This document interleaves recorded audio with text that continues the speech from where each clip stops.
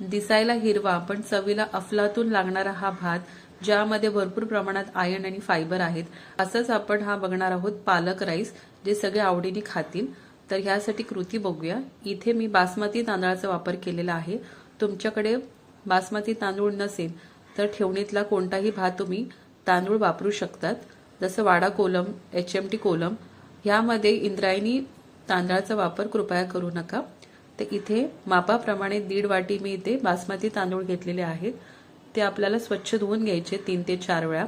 त्यामध्ये 2.25 वाटी पाणी टाकायचं आहे. सुटसुटीत भात लागणार आहे, त्यासाठी मी हे प्रमाण दाखवते आहे. पाणी टाकल्यानंतर चवीनुसार मीठ टाकायचं आहे आणि थोडं 1 चमचा तेल टाकायचं आणि ढवळून घेऊन आपल्याला कुकर लावून घ्यायचा आहे. तर कुकर लावताना आपल्याला 3 शिट्ट्या काढून घ्यायच्या आहेत हाय फ्लेमवरती. जर तुम्ही भिजत घालत असाल बासमती तांदूळ अर्धा तासासाठी आधी, तर 2 शिट्ट्यामध्ये हा भात होऊन जातो. तर इथे मी पूर्वतयारी नाही केलेली आहे, लगेच धुवून मी कुकरला लावलेला आहे तांदूळ. मग आपल्याला 3 शिट्ट्या काढून घ्यायच्या आहेत. त्याचबरोबर आपण इथे दुसऱ्या बाजूला पाणी गरम करत ठेवलेलं होतं.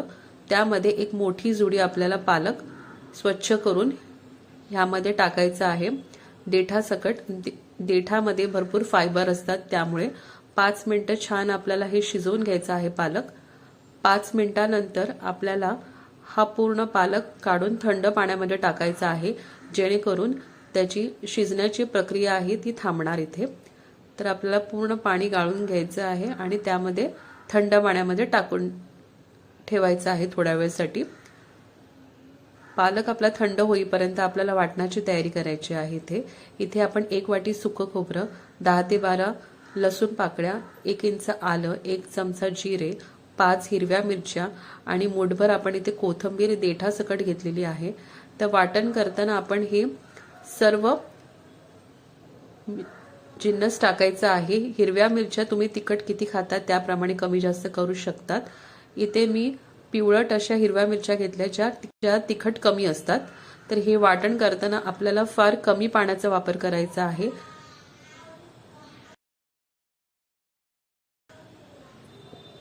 हे आपलं पूर्ण तयारी करून झालेली आहे, पूर्व तयारी. इथे ग्रेव्ही, वाटण आणि आपला भात. तर फोडणीची तयारी करूया. इथे आपण 2 चमचे तेल घेतलेलं आहे आणि 1 चमचा आपण तूप टाकून यावरती जे तुमच्याकडे ड्रायफ्रुट्स असतील ते टाकून घ्यायचे. इथे मी काजू आणि बदामचा वापर केलेला आहे. ते छान भाजून घेतले की आपल्याला काढून घ्यायचे एका प्लेटमध्ये.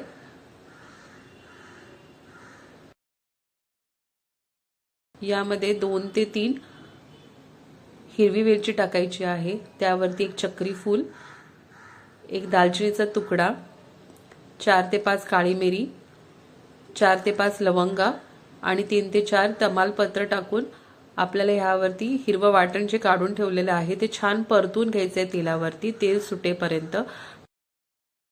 कचवटपणा निघून जायला हवा तोपर्यंत आपल्याला हे छान असं परतून घ्यायचं आहे. हे परतून झाल्यानंतर आपल्याला त्यामध्ये बाकीचे मसाले टाकायचे आहेत. तर सुरुवातीला अर्धा चमचा हळद, अर्धा चमचा लाल तिखट, अर्धा चमचा आपण इथे गोडा मसाला आणि अर्धा चमचा आपण इथे गरम मसाला टाकून छान एकदा परतून घ्यायचं आहे सर्व. परतून झाल्यानंतर आपण 1-1 चमचा करून त्यामध्ये पालकची प्युरी टाकणार आहोत. या पद्धतीने व्यवस्थित हे सर्व दोन्ही गोष्ट एकजीव झाली पाहिजे ह्याची खबरदारी घ्यावी इकडे. तर 1 मिनिट छान असं परतून घ्यायचं आहे. त्यावरती चवीनुसार मीठ टाकायचं आहे. लक्षात ठेवा आपण भात शिजवताना पण मीठ टाकलेलं आहे, तर त्याप्रमाणे आपल्याला इथे कमी जास्त मिठाचं प्रमाण करायचं आहे. एकजीव केल्यानंतर आपण त्यावरती शिजवलेला हा भात टाकायचा आहे. हा बघा एकदम सुटसुटीत हा भात झालेला आहे, अजिबात चिवट कुठे पण नाही आहे. त्याचे प्रमाण मी सांगितले ते एकदम योग्य प्रमाण आहे. तर हे व्यवस्थित असं मिक्स करून घ्यायचं आहे. तुमच्याकडे जर दही असेल तर यामध्ये 2 चमचे दही पण यावेळेला तुम्ही टाकू शकता. नाही टाकलं तरी चालेल, ऑप्शनल आहे. हे व्यवस्थित एकजीव करून घ्यायचं. या पद्धतीने तुम्ही जर सकाळच्या टिफिनला हा रेसिपी बनवत असाल तर वेगळी भाजी किंवा चपाती बनवायची गरज नाही. पोटभर अशा ही रेसिपी आहे, मुलं पण आवडीने खातील. तर हे व्यवस्थित असे एकजीव करून घ्या. त्यानंतर तुम्ही जे तळलेले काजू आणि बदाम आहेत ते टाका यावेळेला.